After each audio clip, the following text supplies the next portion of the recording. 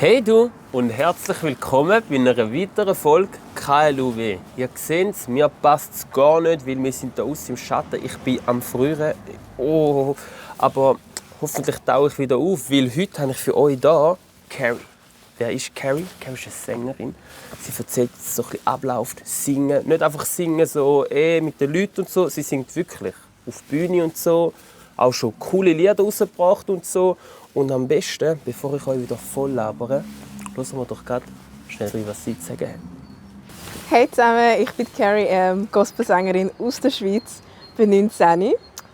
Ich bin gelernte Sales Assistant und ja, was ich heute hier mache, I'm just gonna tell you guys a bit more about myself und meine Journey, wie das Ganze entstanden ist. Ich freue mich.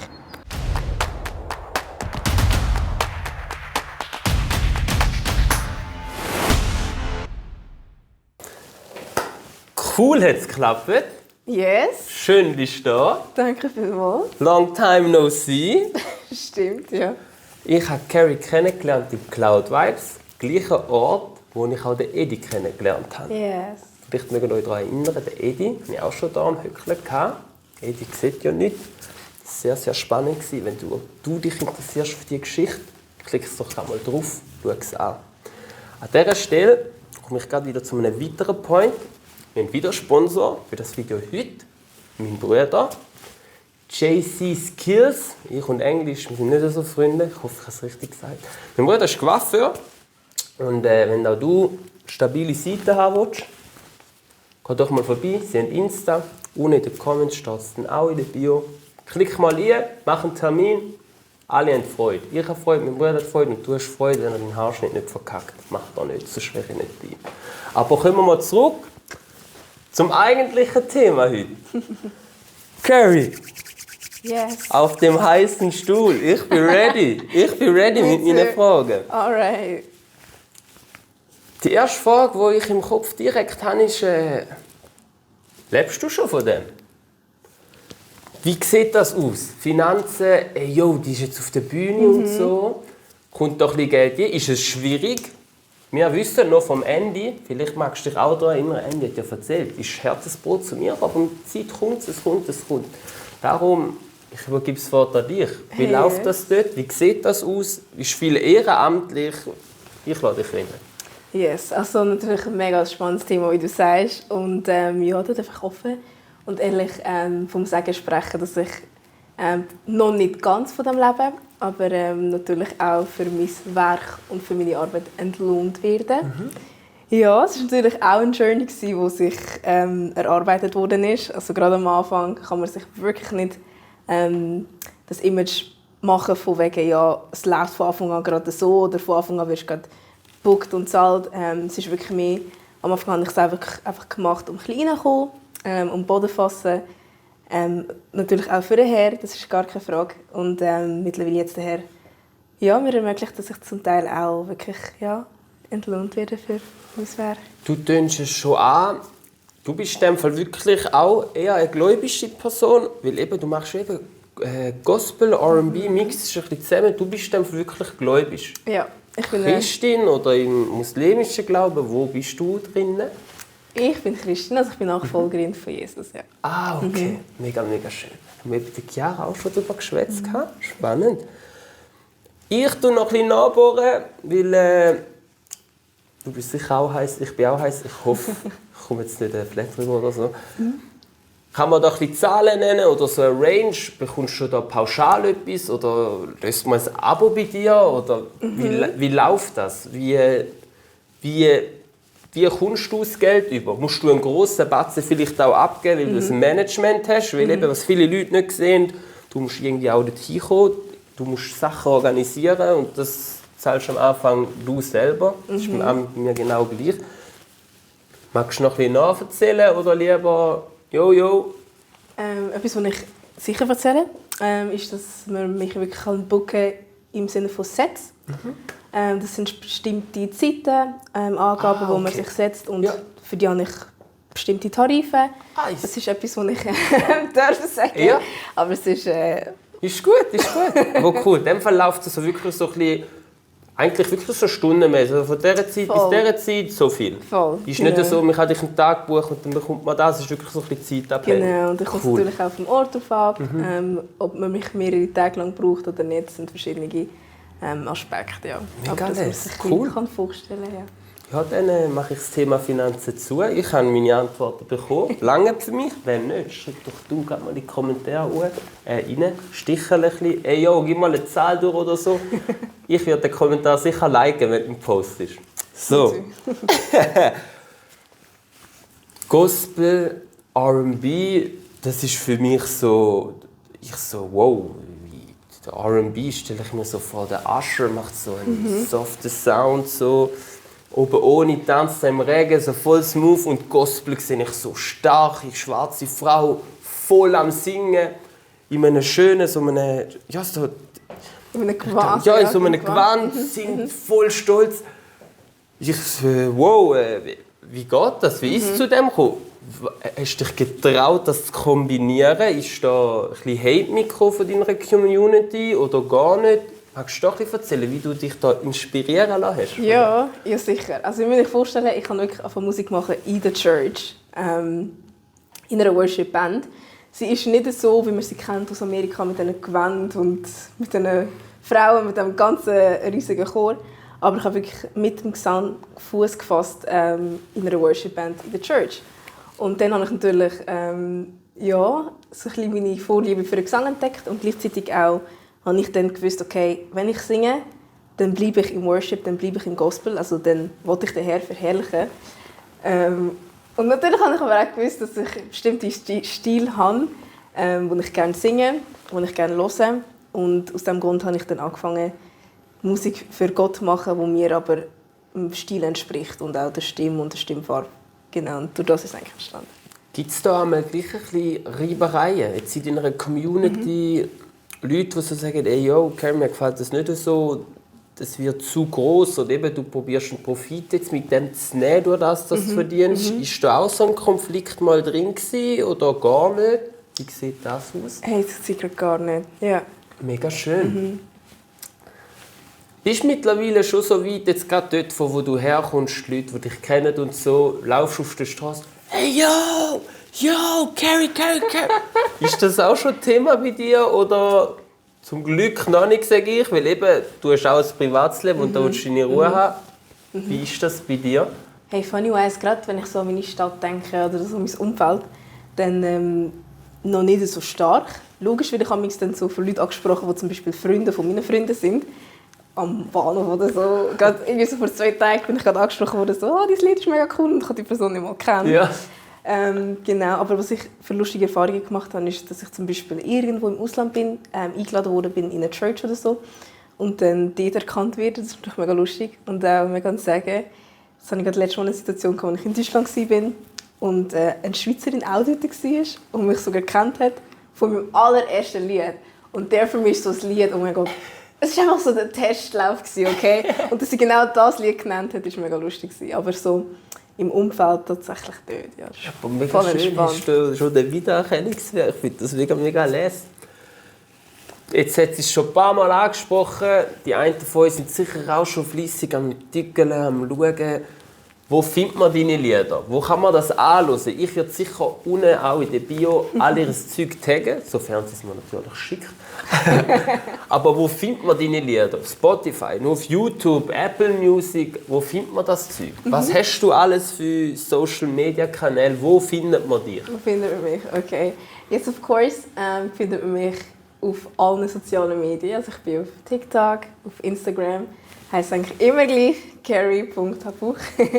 Genau. Und meine Musik ist auf allen Streaming-Plattforms, also auf Spotify, Apple Music, auf YouTube und auf Deezer, Tidal, alles Mögliche. Ja.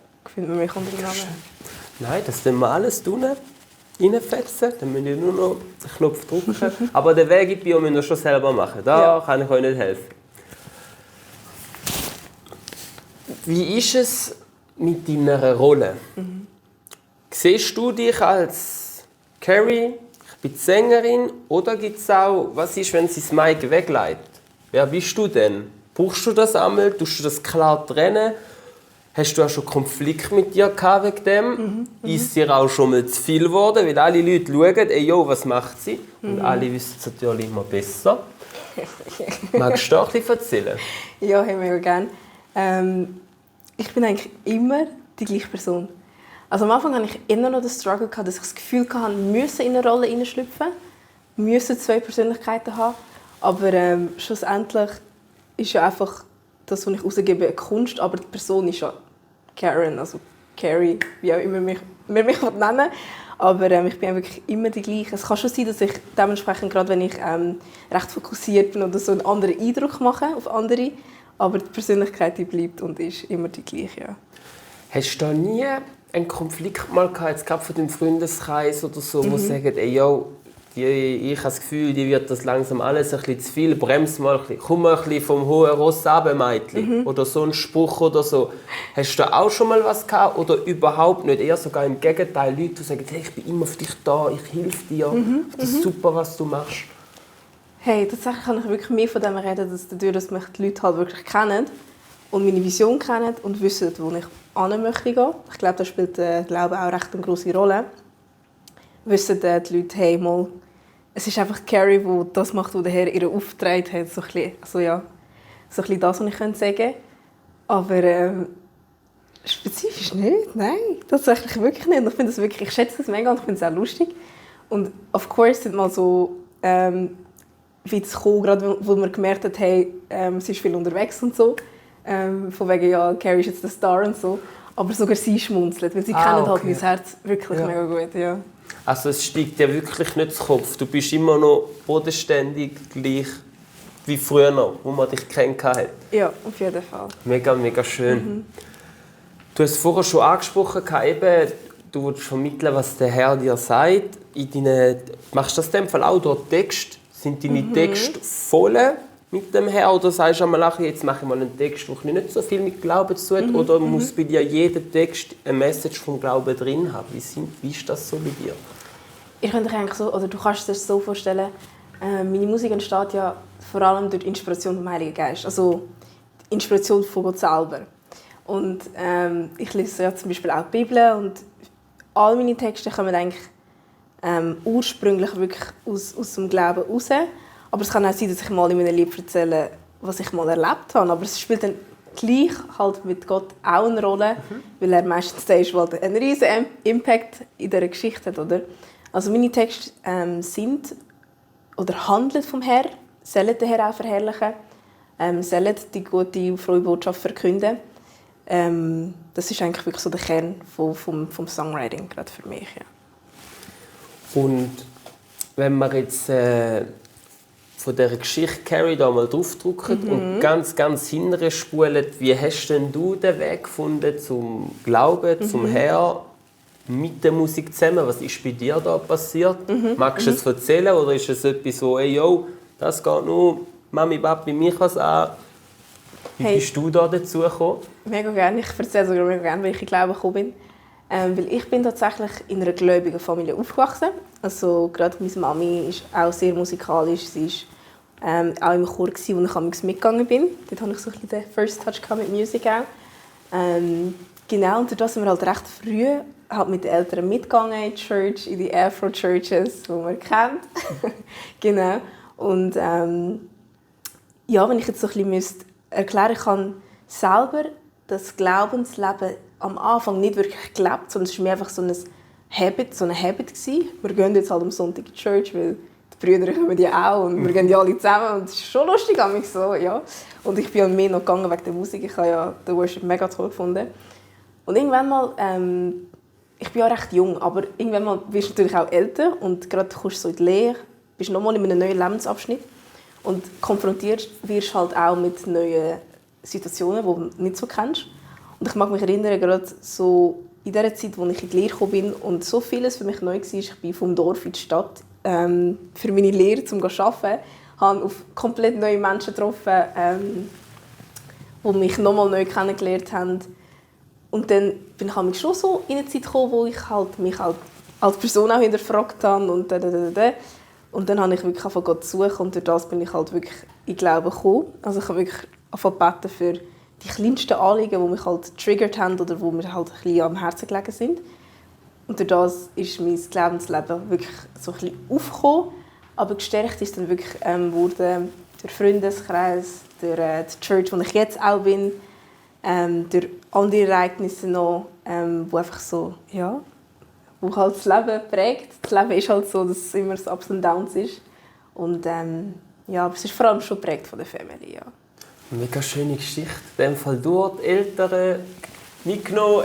Also das Sinn von es müssen bis zu selber den Wandel nachher so, hey, ich darf jetzt und will auch selber gehen. Mega, mega schön, wirklich. Ja. Mega schön.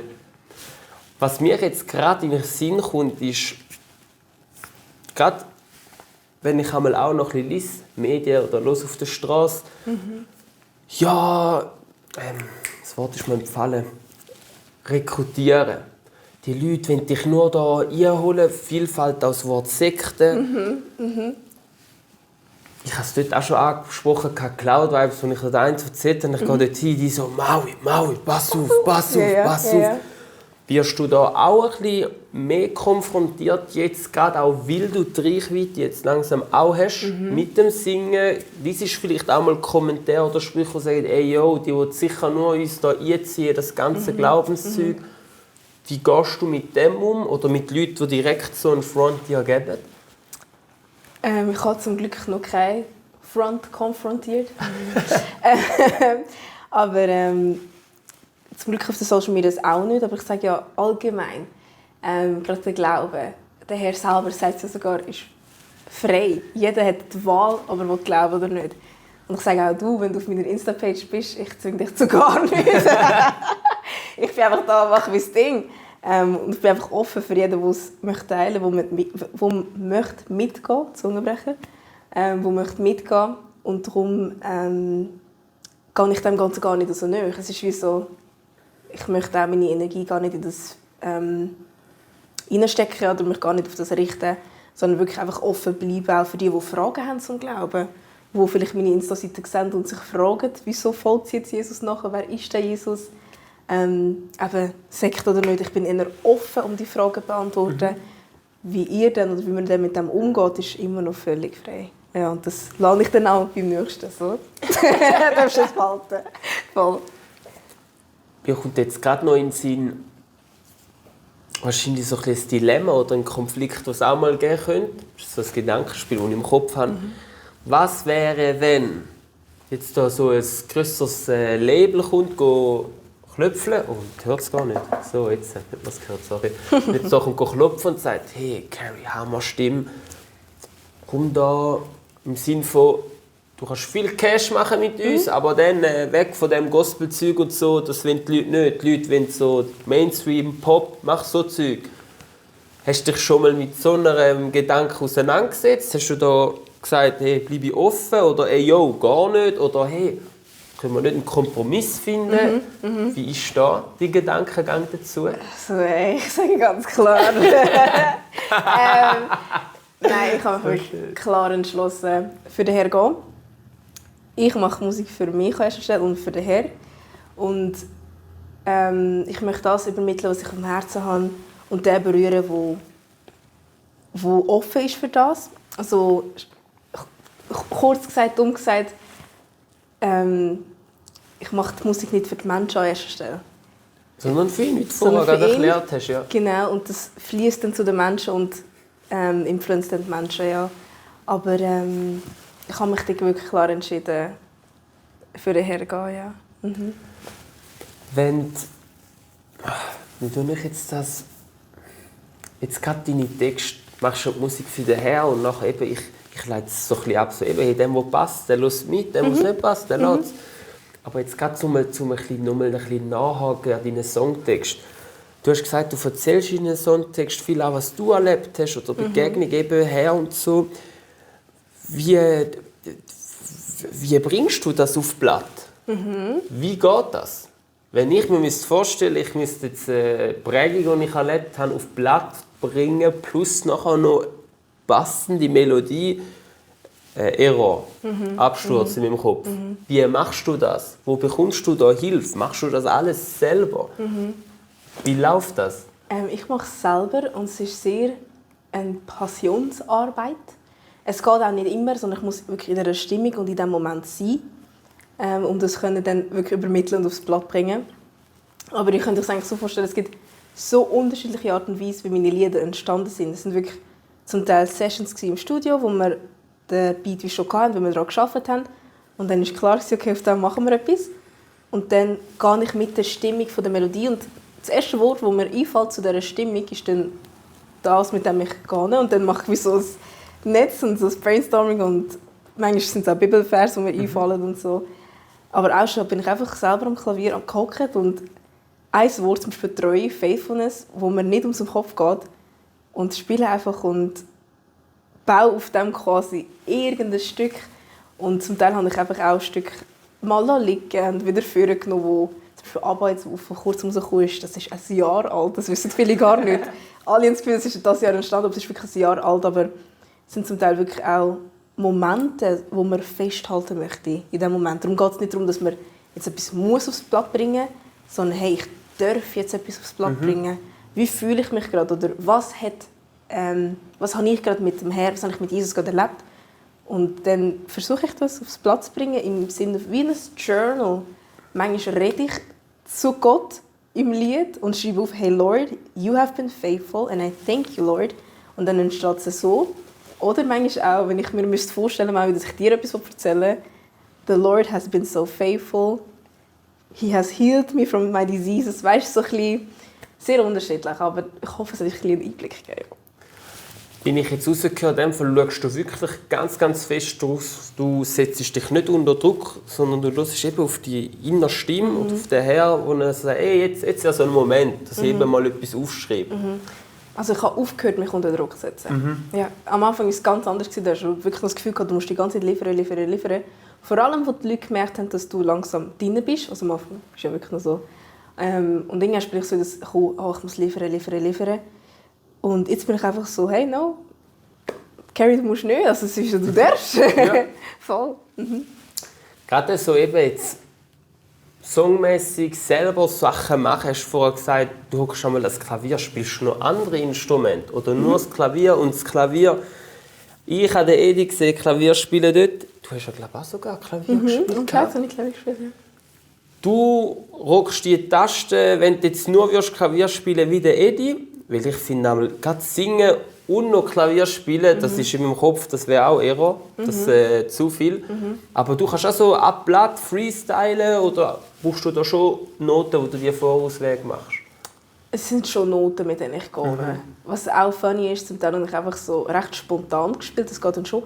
Aber für spezifische Auftritte gehe ich schon nach Noten. Und ja, ich spiele auch recht simpel. Es ist mir wirklich so ein Begleiten von meiner Stimme und nicht so ein Eddie.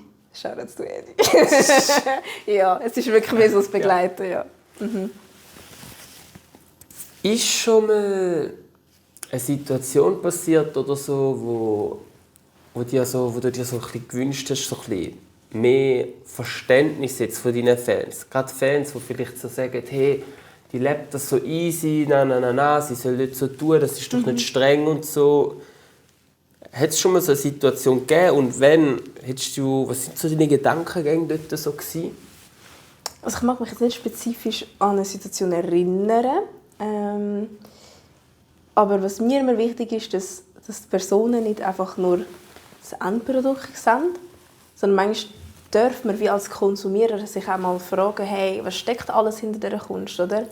Was für Zeit steckt hinter dem, was wir jetzt hören? Und gerade so Bemerkungen wie zum Beispiel jetzt hast du mal schnell so ein Lied rausgebracht, wo wir so 1 year, aber voll. Die bringen mich schon so zum Nachdenken, aber greifen mich jetzt nicht spezifisch an. Aber es sind so Momente, wo man sich manchmal fragt, so, hey, da darfst du auch als Konsumierer dich mal wie in den Menschen hineinversetzen, gerade wenn du an deine eigenen Hobbys denkst, wie viel Zeit du in das investierst, gerade wenn du möchtest wachsen und gerade wenn du möchtest vorankommen, dass du den Künstler wie noch ein bisschen versuchen, mehr verstehen. Genau, ja. Schöne Worte.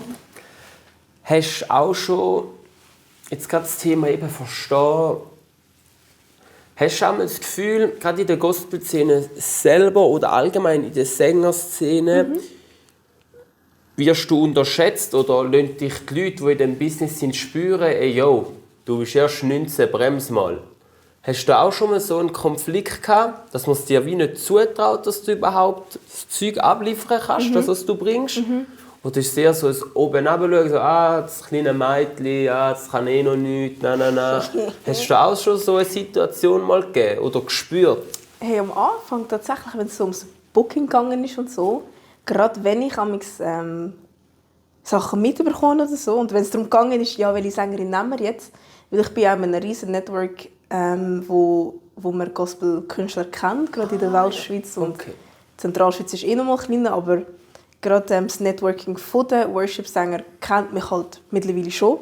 Und früher, als ich halt wirklich fresh Baby war im Gesang, dann hast du mich schon so mitbekommen, so, okay, jetzt haben sie nicht dich gewählt für ein gewisses Event, oder jetzt haben sie nicht dich gebucht für ein gewisses Event. Aber mittlerweile ist es halt wirklich so, dass man mich wirklich einfach machen lässt. Also es ist wirklich nicht mehr so, dass man auf mich so, es ist 19, so. Viele vergessen sogar mein Alter oder schätzen mich ja komplett anders ein vom Alter her. Wie einer davon? Yes. Voll. Darum schätze ich das, dass man mich jetzt mehr machen lässt. Früher war es immer anders. Ja. Ich sage euch, wenn du bis dahin immer noch am Schauen bist und du hast noch kein Lied von ihr gehört, jetzt ist es halt ein bisschen schwierig, weil du weißt jetzt, wie alt sie ist, aber zeig mal ein Lied, lass mal laufen und zeig es einer Person, die sie nicht kennt, und dann soll sie mal schätzen, wie alt sie ist.